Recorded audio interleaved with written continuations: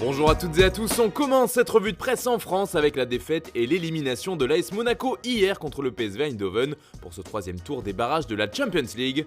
Les Monégasques ont perdu 3-2 après prolongation dans un match à rebondissement, mais au bout du bout, ils auront finalement encore perdu d'1-1 comme l'an passé face au Shakhtar Donetsk et doivent dire adieu à la Champions League.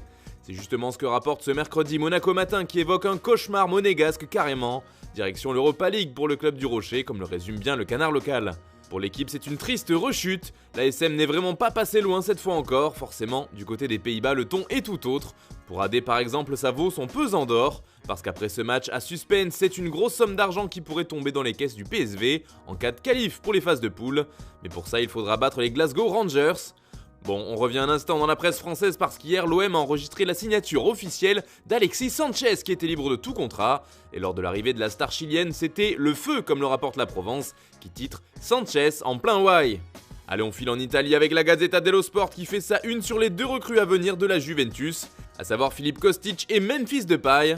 C'est bouclé pour le premier tandis que le second n'est plus qu'à un pas de Turin, explique le journal au papier rose, qui précise au passage qu'avec le départ possible de Rabiot, c'est Paredes qui devrait faire son arrivée. Ce duo de recrues offensives pour la vieille dame fait également les gros titres du Corriere dello Sport ce matin. La Juve prend Kostic et Depay, affirme ainsi le quotidien transalpin, qui note une accélération impressionnante sur ces deux dossiers.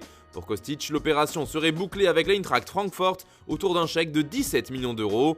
Enfin, les deux noms font aussi la couverture de Tuttosport. Aujourd'hui, Kostic passera sa visite médicale et fera des dédicaces, tandis que pour Depay, l'assaut final commence.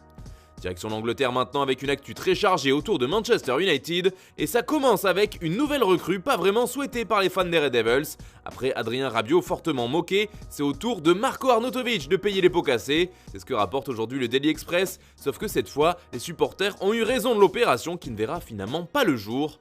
Marco ne vient pas, titre ainsi le tabloïd. Les dirigeants mancuniens ont donc jeté l'éponge sur ce dossier après le tollé provoqué. Cela fait aussi les gros titres du Daily Mirror aujourd'hui qui explique que cela ajoute encore un peu plus de frustration pour Erik ten Hag. Même son de cloche en couverture du Daily Star, Arnautovic s'amuse le quotidien, qui nous donne la nouvelle cible des Red Devils au passage, Cody Gakpo du PSV Eindhoven. Toujours outre-Manche et toujours à propos du marasme de United, c'est cette fois de Cristiano Ronaldo dont il est question. On vous expliquait récemment que CR7 avait finalement jeté l'éponge d'après la presse anglaise et qu'il resterait pour cette saison au moins à Manchester. Oui mais voilà, ça risque de ne pas être aussi simple si on en croit The Sun, car ses coéquipiers n'en peuvent plus de tout ce cirque qui entoure le Portugais depuis le début de l'été. Un véritable ras-le-bol collectif du vestiaire de United d'après le média. Ça va même plus loin puisque toujours d'après The Sun, une partie de l'équipe réclamerait carrément son départ. C'est ce qu'a déclaré une source interne au club.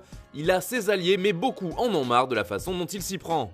D'ailleurs, une autre légende des Red Devils est dans de beaux draps en Angleterre, mais au niveau judiciaire cette fois. Il s'agit de Ryan Giggs dont le procès pour violence conjugale a ouvert depuis lundi. Et aujourd'hui, il fait la une de plusieurs journaux anglais comme le Daily Mirror et le Manchester Evening News. Car durant le procès, on a appris d'autres faits en plus de son comportement violent, puisqu'il aurait également trompé son ex-compagne à de multiples reprises. C'est justement ce qui fait les gros titres de presque tous les tabloïds, souvent friands de ce genre d'informations, il faut le dire. Il m'a trompé avec 8 femmes alors qu'on était ensemble, affirme ainsi Emma Gerweil. Sans transition maintenant, on part vers l'Espagne. C'est toujours la guerre entre le Barça et Frenkie de Jong. Car le plan du club catalan est désormais de dénoncer son contrat actuel devant la justice, car il a été signé avec l'ancienne direction dans des conditions jugées criminelles par la Porta et les siens. Forcément, ça met une grosse pression sur De Jong qui n'a plus que deux solutions, partir ou prolonger en baissant son salaire, jusqu'à celui qu'il touchait lors de sa signature en 2019. Mais le néerlandais est déterminé, si on en croit Mundo Deportivo, il ne fera rien. Rappelons que cette saison, il touchera 21 millions d'euros et la saison suivante, environ 28 millions d'euros. Et si le Barça met autant de pression, c'est à cause de ses soucis financiers, car maintenant les Blaugrana sont en opération inscription. Ils n'ont toujours pas pu inscrire tous leurs nouveaux joueurs, il faut d'abord dégraisser comme l'explique Sport. En Catalogne donc, on attend maintenant les départs d'Umtiti, Braithwaite et Depay, et il faudra encore négocier les baisses de salaire de Busquets et Piqué. On termine ce tour de la presse en Espagne toujours, avec la Super Coupe d'Europe qui se joue ce soir entre le Real Madrid et l'Eintracht Francfort à 21h. Et selon As, les merengues font figure de super favoris et chercheront leur 5e Supercoupe continentale. Cette belle affiche fait aussi la couverture de Marca ce matin. Le quotidien ibérique met lui en avant les déclarations de Carlo Ancelotti qui annonce viser tous les titres possibles cette saison. Voilà, c'est tout pour ce matin. Bonne journée à tous, on se retrouve tout à l'heure pour un nouveau JT et demain pour une nouvelle revue de presse sur Foot Mercato.